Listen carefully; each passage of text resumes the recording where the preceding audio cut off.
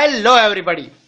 तो आज हम क्लास 10th इकोनॉमिक्स का चैप्टर 3 मनी एंड क्रेडिट वो समझने वाले हैं। ठीक है, चलिए समझते हैं। Money as a medium of exchange.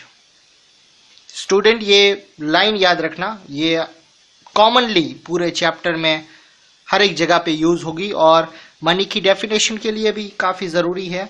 Money as a medium of exchange. तो मनी का यूज, मनी यानी कि पैसे, हमारी एवरीडे लाइफ का एक बहुत बड़ा हिस्सा है।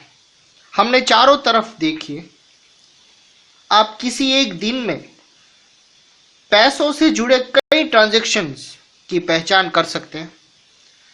क्या आपने इनकी एक लिस्ट बना सकते हैं?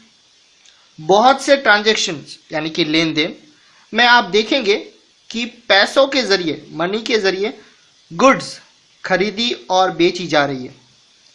ऐसे कुछ ट्रांजैक्शंस में मनी के बदले सर्विसेज प्रोवाइड की जा रही है, लेकिन कुछ मामलों में हो सकता है कि लेन देन होते वक्त मनी का कोई एक्सचेंज ना हो, सिर्फ बाद में पेमेंट यानी कि भुगतान करने का सिर्फ वादा हो, सिर्फ प्रॉमिस और कुछ नहीं।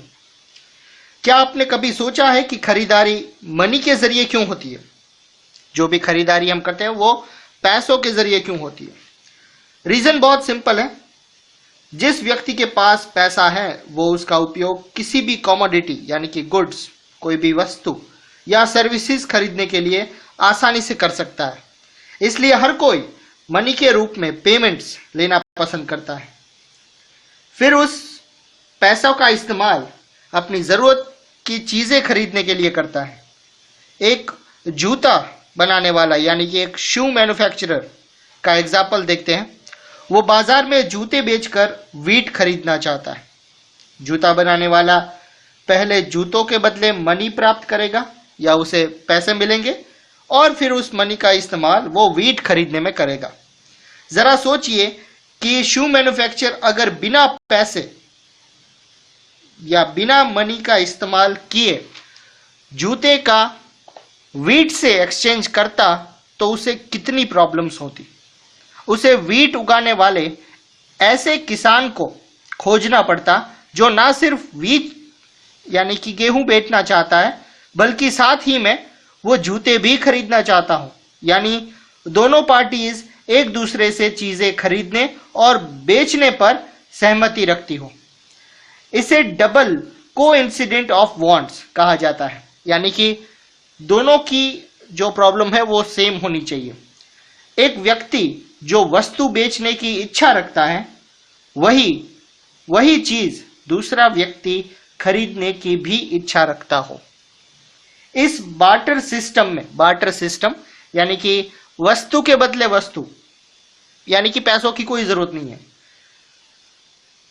इस बार्टर सिस्टम में जहां मनी का उपयोग किए बिना गुड्स का एक्सचेंज होता है वहां डबल कोइंसिडेंट ऑफ वांट्स होना एसेंशियल फीचर है, यानी कि बहुत ही इंपॉर्टेंट फीचर है ये। इसकी कंपैरिजन में ऐसी इकोनॉमी जहां मनी का उपयोग होता है, मनी इंपॉर्टेंट इंटरमीडिएट रोल है जिसके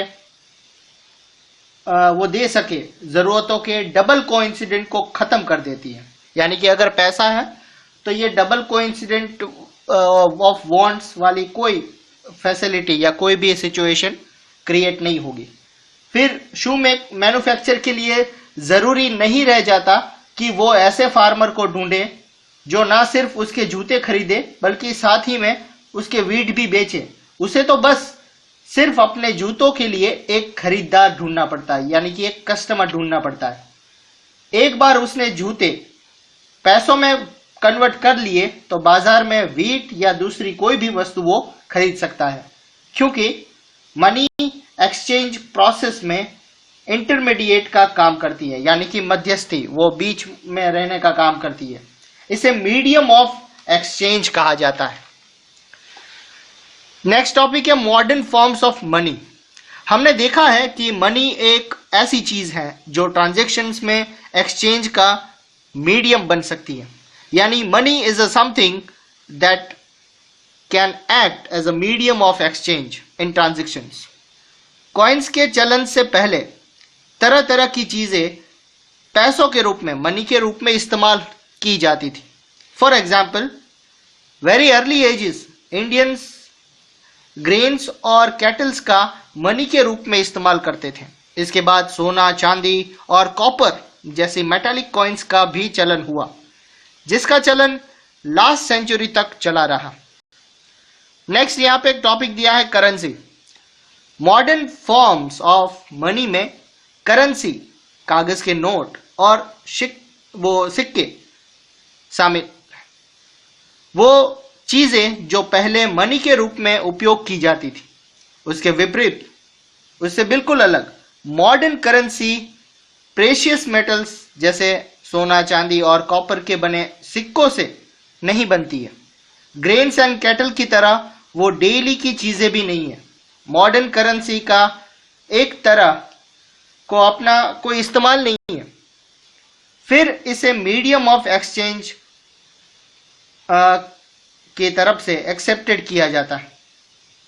इसे एक्सचेंज का मीडियम इसलिए एक्सेप्टेड किया गया है क्योंकि किसी देश की सरकार इसे ऑथोराइज्ड करती है। Indian reserve bank of India, India में reserve bank of India RBI central government की तरफ से करेंसी नोट जारी करता है। एज पर इंडियन लॉ किसी व्यक्ति या ऑर्गेनाइजेशन को करेंसी जारी करने की इजाजत नहीं है। इसके अलावा low legacy, the use of rupee as a medium of payment that can not be refused in any settling transactions of India, जिसे भारत में कोई व्यक्ति कानूनी तौर पर रुपयों में पेमेंट को रिफ्यूज नहीं कर सकता है। इसलिए रुपया यानी कि rupee widely accepted as a medium of exchange. Next topic है डिपॉजिट्स विथ बैंक्स। लोग पैसे बैंक्स में डिपॉजिट के रूप में भी रखते हैं। किसी टाइम पर लोगों को रोजमर्रा की जरूरतों के लिए कुछ ही करेंसी की जरूरत होती है, यानी कि थोड़े रुपए की जरूरत होती है। फॉर एग्जाम्पल, हर महीने के आखिर में सैलरी वाले वर्कर्स के ज्यादातर कैश होता है। लोग इस ज्यादा कैश का क्या करते हैं, यानी कि जो एक्स्ट्रा इनकम बचती है वो सेविंग्स, वो उसे बैंक में अपने नाम से अकाउंट खोलकर जमा कर देते हैं। बैंक के ये जमा यानी कि ये जो डिपॉजिट्स है वो एक्सेप्ट कर लेती है और उस पर इंटरेस्ट भी देती है। इस तरह लोगों की पैसे बैंकों के पास सेफ रहता है और इस पर इंटरेस्ट भी मिलता है। लोगों को अपनी जरूरतों के अनुसार इसमें से पैसे निकालने की फैसिलिटी भी अवेलेबल है। चूंकि बैंक अकाउंट में जमा हुए पैसों को डिमांड के जरिए निकाला जा सकता है, इसलिए इस डिपॉजिट को डिमांड डिपॉजिट भी कहते हैं। डिमांड डिपॉजिट एक दूसरी इंटरेस्टिंग फैसिलिटी देता है। यह फैसिलिटी इसे money it mean that of a medium of exchange essential characteristics प्रदान करती है, यानी कि एक इंपॉर्टेंट रोल निभाती है। आपने कैश की बजाय चेक से पेमेंट के बारे में सुना होगा। चेक से पेमेंट के लिए पेयर्स यानी कि जिसका अकाउंट है, जिसका बैंक में खाता है, एक स्पेसिफिक अमाउंट के लिए चेक काटता है। चेक एक ऐसा कागज है जो बैंक को किसी व्यक्ति के खाते से चेक पर लिखे नाम से किसी दूसरे व्यक्ति को एक खास अमाउंट का पेमेंट इशू करने का ऑर्डर देता है। आइए ये जानने की कोशिश करते हैं कि चेक द्वारा पेमेंट कैसे होता है और इसे एक एग्जाम्पल के द्वारा समझते हैं।